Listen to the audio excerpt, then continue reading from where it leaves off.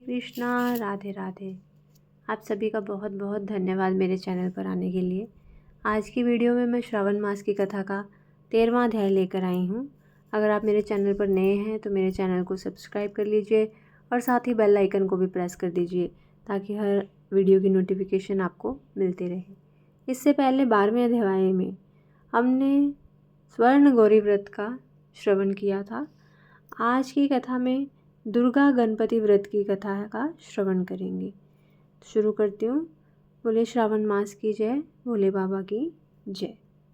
श्री सनत कुमार जी ने भगवान शंकर जी से कहा कि हे प्रभु, किस व्रत के करने से अतुल सौभाग्य प्राप्त होता है तथा प्राणी पुत्र पौत्र धन तथा ऐश्वर्य प्राप्त करके सुख भोगता है। हे भगवान, मुझे इन व्रतों के में से उत्तम कोई व्रत बतलाइए। यह सुनकर भगवान शिव ने श्री सनत कुमार जी से कहा कि तीनों लोकों में प्रसिद्ध दुर्गा गणपति नामक व्रत को भगवती पार्वती ने श्रद्धा से किया था। हे मुनिस्तम, इस व्रत को पहले सरस्वती, इंद्र, विष्णु, कुबेर, अन्य देवता, मुनि, गंधर्व, किन्नर सबके सब कर चुके हैं। श्रावण मास के शुक्ल पक्ष की पवित्र चतुर्थी के दिन सब पापों को नष्ट करने के लिए यह व्रत किया जाता है। चतुर्थी के दिन एक दंत गज के तुल्य मुख वाले गणेश जी की सोने की प्रतिमा बनवाकर सोने के सिंहासन पर सोने की दुर्वा बिछाकर तांबे के कलश पर स्थापित करनी चाहिए। लाल वस्त्र बिछाकर सर्वतोभद्र मंडप का निर्माण कर उस पर कलश स्थापन करना चाहिए। लाल फूलों या पंच पल्लवों, अपमार्ग, शमी, दुर्वा, तुलसी, बिल्व पत्र, ऋतुकाल में होने वाले अन्य सुगंधित फूलों तथा नाना प्रकार के फलों आदि का नैवेद्य रख 16 उपचार से गणेश जी की पूजा करके यह प्रार्थना करनी चाहिए कि इस स्वर्ण निर्मित प्रतिमा में विघ्नेश का आवाहन करता हूँ। यहाँ पर कृपा निधि आवे, रत्नों से जड़ित उत्तम सोने का सिंहासन आसन के लिए देता हूँ, आप इसे स्वीकार करें। हे उमासुत, हे विश्वव्यापिन, हे सनातन, आपको नमस्कार है। मेरे विघ्न समूह का नाश करें, आपको यह पाद्य देता हूँ। हे भगवान, आप गणेश्वर देव, उमापुत्र विधाता है, आपके लिए इस अर्घ्य को देता हूँ। हे भगवान, आप इसे स्वीकार करें। हे विनायक वरद गणेश को नमस्कार है, नमस्कार है। हे भगवान, आपको आचमन्य देता हूँ। हे सूर्यपुंगव, प्रार्थना द्वारा सब तीर्थों का जल आपके लिए लाया हूँ, ऐसे जल को आप स्वीकार करें। सिंदूर केसर से रंगे हुए आपके लिए 2 वस्त्र दिए हैं। हे भगवान, आप इसे स्वीकार करें, आपको नमस्कार है। उमा मंगल संभूत, आप सब विघ्नों का नाश करने वाले हैं। हे लंबोदर देव, इस चंदन को आप स्वीकार करें। हे सुरश्रेष्ठ, लाल चंद्र चर्चित इन अक्षतों को मैंने भक्ति भाव से चढ़ाया है। सुरश्रेष्ठ, आप इसे स्वीकार करें। चंपक केतकी जपा फूलों से मैं गौरी व्रत का पूजन करता हूँ, मुझ पर प्रसन्न हो। लोगों के अनुग्रह के लिए तथा दानवों के पदार्थ एक दंत, यह आपका पतवार है। हे भगवान, प्रसन्नतापूर्वक इस धूप को आप स्वीकार करें।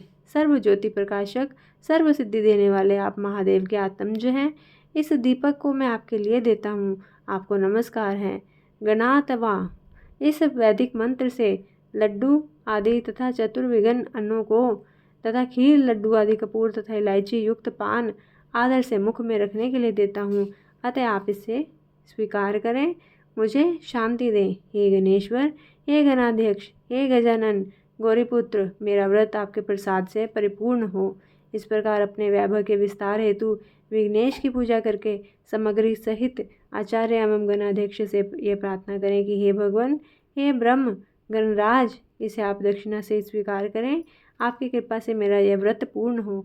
जो मनुष्य 5 वर्ष तक यह व्रत करके उद्यापन करता है, वह इस लोक में अपने तथा सब मनचाहे पदार्थों को प्राप्त करके अंत में शंकर के लोक को प्राप्त करता है।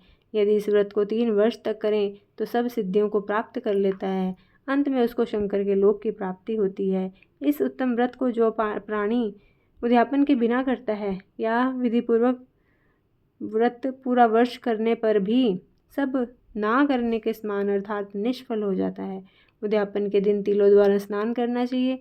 फिर गणेश की 1 पल, आधा पल या चौथाई पल सोने की प्रतिमा बनाकर पंचगव्य द्वारा उसको स्नान करवा के दूर्वा से पूजा करनी चाहिए। मनुष्य को चाहिए कि इस मंत्र द्वारा पूजन करें। हे गणाधीश, उमापुत्र, अधनाशक, आपको नमस्कार है। हे विनायक, ईशपुत्र, हे सर्व सिद्धि प्रदायक, हे हेम वक्त्र, ए मूषक वाहक, ए कुमार गुरु, आपको नमस्कार है। इन सभी नामों से अलग अलग पूजा करनी चाहिए। पहले दिन अधिवासन करना चाहिए, दूसरे दिन प्रातःकाल हवन करना चाहिए। ग्रह होम पर दूर्वा तथा लड्डू के प्रधान होम करना चाहिए। धूप तथा लड्डू के प्रधान होम के पश्चात पूर्णाहुति करके आचार्य आदि ब्राह्मणों का अर्चन करें। अपनी शक्ति के अनुसार अधिक दूध देने वाली गायें बछड़े सहित दान करें। हे सनत कुमार, ऐसा करने से मनुष्य सभी कामनाओं को पूर्ण कर लेता है। शंकर भगवान ने श्री सनत कुमार से कहा कि हे वत्स, मैं अपने प्रिय पुत्र के व्रत करने वाले पर प्रसन्न होकर उसे भूमि के सब सुखों को दे देता हूँ। अंत में उसकी सद्गति भी करता हूँ। जैसे कि शाखा प्रशाखा द्वारा दुर्वा वृद्धि होती रहती है, वैसे ही पुत्र पौत्र आदि संतति की वृद्धि होती है। हे सनत कुमार, मैंने यह गुप्त दुर्वा गणपति व्रत तुमसे आपसे कहा है। यह अत्यंत उत्तम है। इसे सुख की इच्छा वाले मनुष्य को अवश्य में करना चाहिए। बोलिए श्रावण मास की जय, भोले बाबा की जय।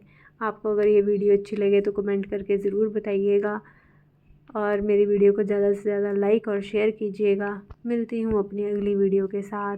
तब तक के लिए सभी को हरे कृष्णा, राधे राधे।